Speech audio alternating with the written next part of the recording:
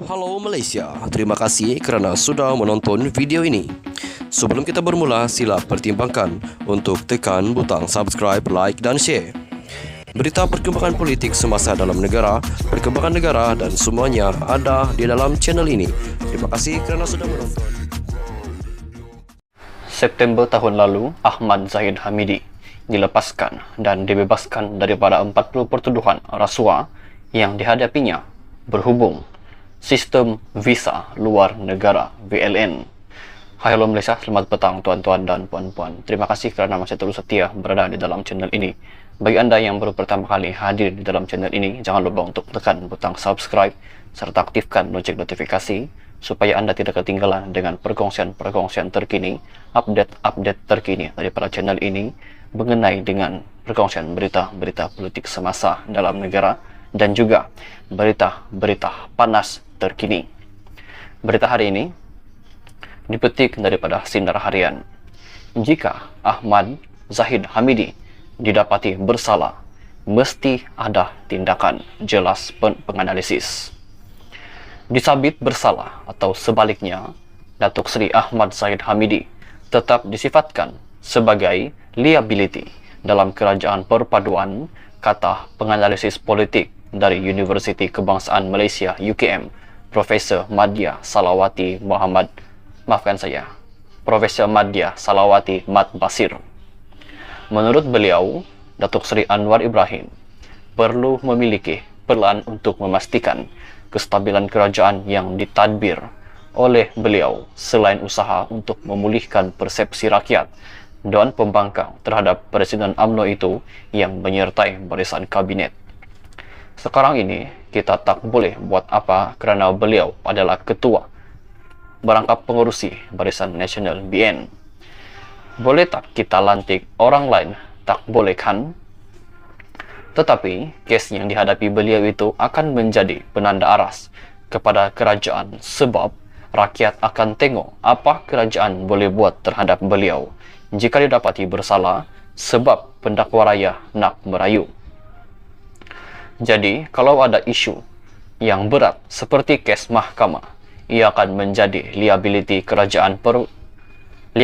kepada kerajaan untuk menangani sebab rakyat akan tengok apa seterusnya. Perdana Menteri kata, kita mahu kerajaan yang bersih, jadi apa tindakan kerajaan, katanya pada Sabtu. Mengulas lanjut, Salawati berkata, sejak pelantikan ahli Parlimen Bagan Datuk itu dalam barisan Jemaah Menteri, timbul tohmahan bahawa ia telah mencacatkan kerajaan perpaduan. Sekiranya Ahmad Zahid didapati bersalah, mesti ada tindakan kerana kalau sudah didapati bersalah, mesti beliau tidak boleh berada dalam kabinet kerajaan. Jadi, apa pelan seterusnya? Kerana beliau, iaitu Anwar Ibrahim, memerlukan gabungan ini.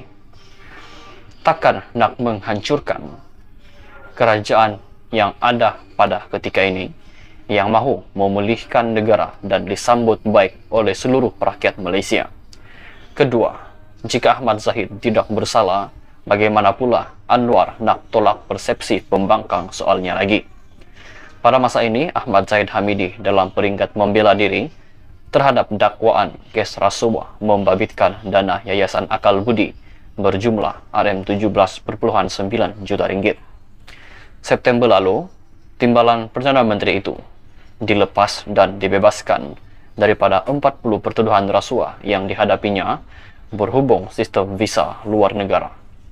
Sementara itu, rayuan pihak pendakwaan terhadap keputusan Mahkamah Tinggi Shah Alam yang membebaskan Ahmad Zahid Hamidi berhubung kes rasuah VLN dan pusat sehenti ditetapkan untuk pengurusan kes pada 17 Februari depan. Itu saja perkongsian berita untuk hari ini. Kita jumpa lagi di video yang seterusnya. Bye-bye. September tahun lalu, Ahmad Zahid Hamidi dilepaskan dan dibebaskan daripada 40 pertuduhan rasuah yang dihadapinya berhubung sistem visa luar negara VLN. Hai hello Malaysia, selamat petang tuan-tuan dan puan-puan. Terima kasih kerana masih terus setia berada di dalam channel ini. Bagi anda yang baru pertama kali hadir di dalam channel ini, jangan lupa untuk tekan butang subscribe serta aktifkan lonceng notifikasi supaya Anda tidak ketinggalan dengan perkongsian-perkongsian terkini, update-update terkini daripada channel ini mengenai dengan perkongsian berita-berita politik semasa dalam negara dan juga berita-berita panas terkini. Berita hari ini dipetik daripada Sinar Harian. Jika Ahmad Zahid Hamidi didapati bersalah, mesti ada tindakan, jelas penganalisis. Disabit bersalah atau sebaliknya, Datuk Seri Ahmad Zahid Hamidi tetap disifatkan sebagai liability dalam kerajaan perpaduan, kata penganalisis politik dari Universiti Kebangsaan Malaysia UKM, Profesor Madya Salawati Profesor Madya Salawati Mat Basir. Menurut beliau, Datuk Seri Anwar Ibrahim perlu memiliki peran untuk memastikan kestabilan kerajaan yang ditadbir oleh beliau selain usaha untuk memulihkan persepsi rakyat dan pembangkang terhadap Presiden UMNO itu yang menyertai barisan kabinet. Sekarang ini kita tak boleh buat apa kerana beliau adalah ketua berangkap pengurusi Barisan Nasional BN. Boleh tak kita lantik orang lain? Tak boleh kan? Tetapi, kes yang dihadapi beliau itu akan menjadi penanda aras kepada kerajaan sebab rakyat akan tengok apa kerajaan boleh buat terhadap beliau jika didapati bersalah sebab pendakwa raya nak merayu. Jadi, kalau ada isu yang berat seperti kes mahkamah, ia akan menjadi liability kepada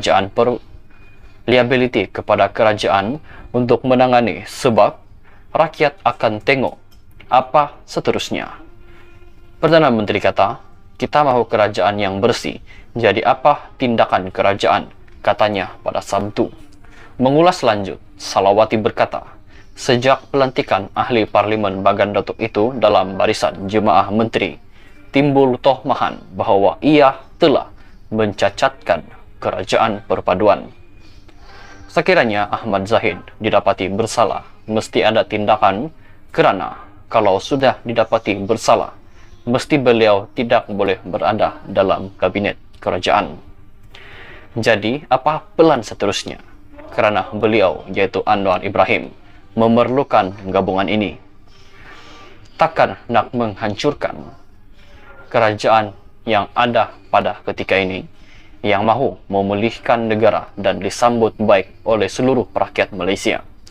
Kedua, jika Ahmad Zahid tidak bersalah, bagaimana pula Anwar nak tolak persepsi pembangkang soalnya lagi? Pada masa ini, Ahmad Zahid Hamidi dalam peringkat membela diri terhadap dakwaan kes rasuah membabitkan dana Yayasan Akal Budi berjumlah RM17.9 juta ringgit. September lalu, timbalan Perdana Menteri itu dilepas dan dibebaskan daripada 40 pertuduhan rasuah yang dihadapinya berhubung sistem visa luar negara. Sementara itu, rayuan pihak pendakwaan terhadap keputusan Mahkamah Tinggi Shah Alam yang membebaskan Ahmad Zahid Hamidi berhubung kes rasuah VLN dan pusat sehenti ditetapkan untuk pengurusan kes pada 17 Februari depan. Itu saja perkongsian berita untuk hari ini. Kita jumpa lagi di video yang seterusnya. Bye-bye.